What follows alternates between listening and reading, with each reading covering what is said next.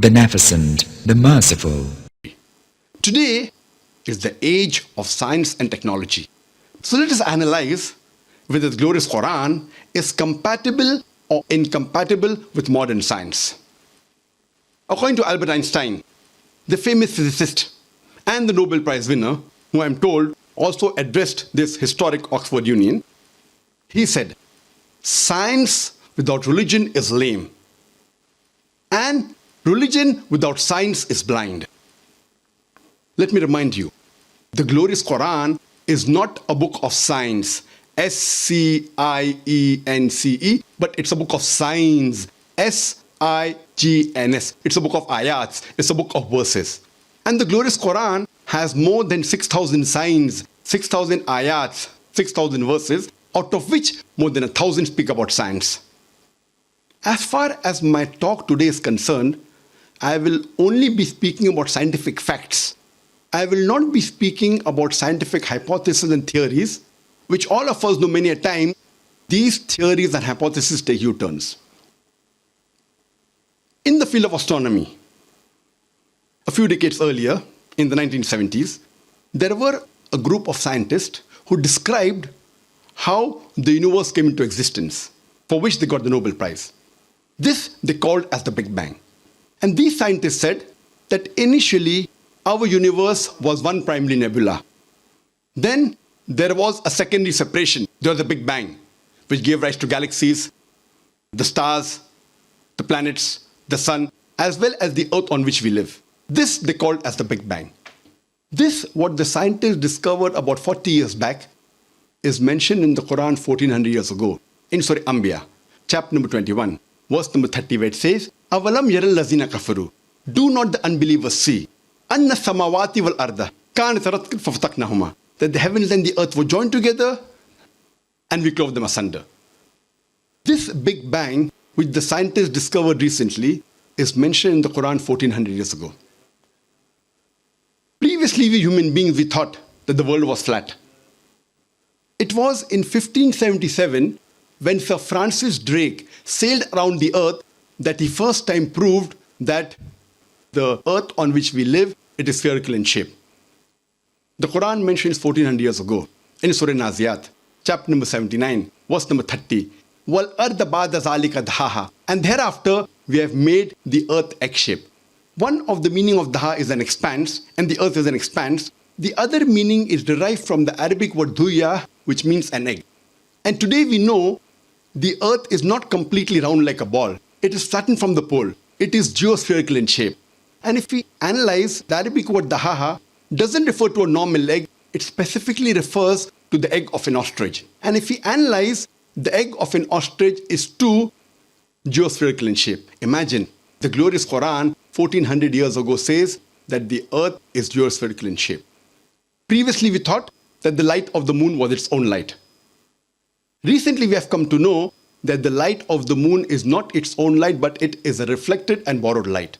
The Quran says in Surah Furqan, chapter number 25, verse number 61, "Blessed is he who has placed the constellation in the sky and placed therein sun, a lamp having its own light, and moon having borrowed or reflected light." So the Quran describes the moonlight as borrowed or reflected, which we came to know recently in science. Recently in science means 50 years back, 100 years back, 200 years back.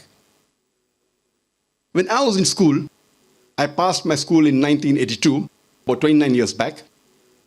There I'd learned in science that the sun, though it revolves, it does not rotate about its own axis. But the Quran mentions in Surah Anbiya, chapter number 21, verse number 33, "Huwa allazi khalaqal layla wan nahara." It is he who has created the night and the day. "Washamsa wal qamar," the sun and the moon. "Kullun fi falki yasbahun," each one traveling in orbit with its own motion. The Quran says the sun and the moon, besides revolving, it also rotates about its own axis. And today, recently, a few decades earlier, science has come to know that the sun rotates and takes about 25 days to complete one rotation, which has been incorporated in most of the school textbooks throughout the world. There may be certain skeptics who will say, it's nothing great that the Quran speaks about astronomy, since the Arabs were advanced in the field of astronomy. I do agree that the Arabs were advanced in the field of astronomy, but I'd like to remind them that the Arabs became advanced in the field of astronomy a few hundred years after the Quran was revealed. So it is from the Quran that the Arabs learned about astronomy and not the vice versa. In the field of hydrology, we learn in the school about the water cycle. How the water evaporates from the ocean, forms into clouds, moves into the interior, falls down as rain, and the water table is replenished. This was first described by Sir Bernard Palissy in the year 1580. The Quran too describes the water cycle in great detail 1400 years ago. The Quran says the water evaporates from the ocean, forms into clouds, the clouds join, they move into the interior, they fall down as rain, and the water table is replenished and the water cycle is completed. The Quran speaks about the water cycle in great detail in several places. In Surah Az-Zumur, chapter number 39, verse number 21. In Surah Rum, chapter number 30, verse number 24. In Surah Mu'minun, chapter number 23, verse number 18. In Surah Hijr, chapter number 15, verse number 22. In Surah Nur, chapter number 24, verse number 43. In Surah Araf, chapter number 7, verse number 57. In Surah Rad, chapter number 13, verse number 17. In Surah Furqan, chapter number 25, verse number 48 and 49. In Surah Fatir, chapter 35, verse number 9. In Surah Yasin, chapter number 36, verse number 34. In Surah Jasha, chapter number 45, verse number 5. In Surah Qaf, chapter number 50, verse number 8 and 9. In Surah Waqia, chapter number 56, verse number 68 to 70. In Surah Mulk, chapter 67, verse number 30. In Surah Tariq, chapter number 86, verse number 11. I can go on and on giving references only in the Quran of the several verses which speak about the water cycle in great detail. In the field of oceanography, there's a verse in the Quran, in Surah Furqan, chapter number 25, verse number 53, which says that He has let two bodies of flowing water, one sweet and palatable, and the other salty and bitter. Though they meet, they do not mix. There is a barrier which is forbidden to be trespassed. Previously, we human beings knew that there are two types of water, sweet and salty. But the commentator of the Quran could not understand what does God Almighty mean by saying that these two waters, when they meet, they do not mix, and there is a barrier which is forbidden to be trespassed. Today, after science advance, we have come to know that whenever one type of water flows into the other type of water, it loses its constituents and gets homogenized into the water it flows. This today science calls as the transitional homogenizing area, which the Quran refers to as barzakh, as a barrier. And this can be seen in Cape Point, the southernmost tip of South Africa. And when we see even the color of the water between these two types of water differs. And Professor Hay, a very famous oceanologist, he said that this information came to the human knowledge recently. This book, the Quran, it's difficult to explain how does it mention 14 years ago. In the field of biology, the Quran says in Surah Anbiya, chapter number 21, verse number 30, that we have created every living thing from water. Will you not then believe? Imagine in the deserts of Arabia, the Quran says every living thing is made from water. Who could have believed in it? Today, after science advanced, we have come to know that every living being, it contains cells. And the basic substance of cell is the cytoplasm, which contains about 80% water. Today, science tells us that every living creature contains 50 to 90% water. In the field of botany, previously we did not know that even the plants have got sexes, male and female. The Quran says in Surah Taha, chapter number 20, verse number 53, that it is He who sends down water from the sky, and with it brings diverse pairs of plants, each separate from the other. The Arabic word azwaj, meaning pair, saying that the plants have got sexes, male and female. In the field of zoology, the Quran says in Surah Anam, chapter number 6, verse number 38, it is He who has made every animal that walks on the earth and every bird that flies in the air to live in communities like the human beings. Today, science agrees that even the animals and the birds live in communities like the human beings, which was not known earlier. The Quran speaks about the lifestyle of the bee, in Surah Nahl, chapter number 16, verse number 68 and 69. The Quran speaks about the lifestyle of the spider in Surah Ankabut, chapter number 29, verse number 41. The Quran speaks about the lifestyle and the communication of ants in Surah Namal, chapter number 27, verse number 17 and 18. In the field of medicine, the Quran says in Surah Nahl, chapter number 16, verse 68 and 69, that from the belly of the bee, we give you a drink of varying colors in which there is healing for mankind.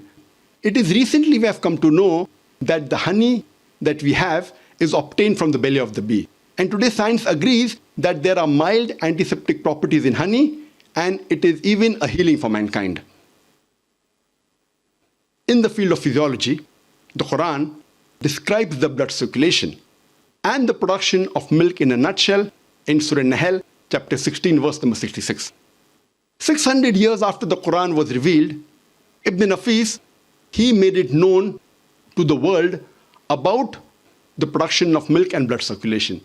400 years later, that is 1,000 years after the Quran was revealed, William Harvey, he made it famous to the Western world. We hear about William Harvey, but we hardly hear about the name of Ibn Nafis, who 400 years before William Harvey spoke about the blood circulation and the production of milk.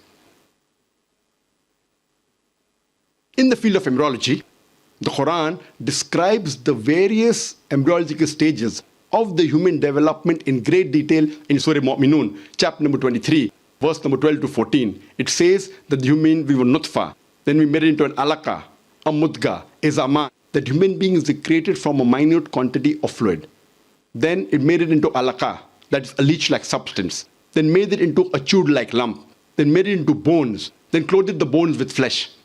When this verse was showed in the early part of the 1980s to Dr. Keith Moore, who at that time happened to be the highest authority in the field of anatomy and embryology, he was the head of the department in the University of Toronto, he said that the description of the Quran is far superior to what modern embryology describes today instead of stage 1, 2, 3. And he said that it's not possible that any human being can mention these things in the Quran. This Quran has to be the word from Almighty God, and he has no objection in accepting Prophet Muhammad as the messenger of Almighty God. Time does not permit me to speak a lot about science. I'll just give one more example which is mentioned in the Quran. The Quran mentions in Surah Qiyamah, chapter number 75, verse number 3 and 4, that when the unbelievers say that how will Almighty God be able to reconstruct our bones after we are dead, we are buried, our bones have got disintegrated. On the day of judgment, how will Almighty God be able to reconstruct our bones? Almighty God replies in the Quran and says, tell them, Almighty God can not only reconstruct the bones, he can even reconstruct in perfect order the very tips of the fingers. What does Quran mean by saying God can not only reconstruct the bones, he can even reconstruct in perfect order the very tips of the fingers? It was in 1880 that Sir Francis Gould, he discovered the fingerprinting method. And he said that no two fingerprints, even in millions of people, are identical. And today, this fingerprinting method is used by the police to identify the criminal. It's used by CIA, by FBI, by the police worldwide. This Quran mentions 1400 years ago.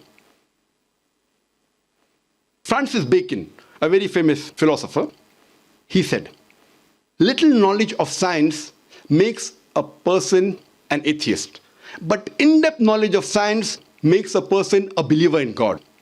That is the reason today scientists are not eliminating God, they're eliminating models of God. La ilaha illallah. There's no God but Allah.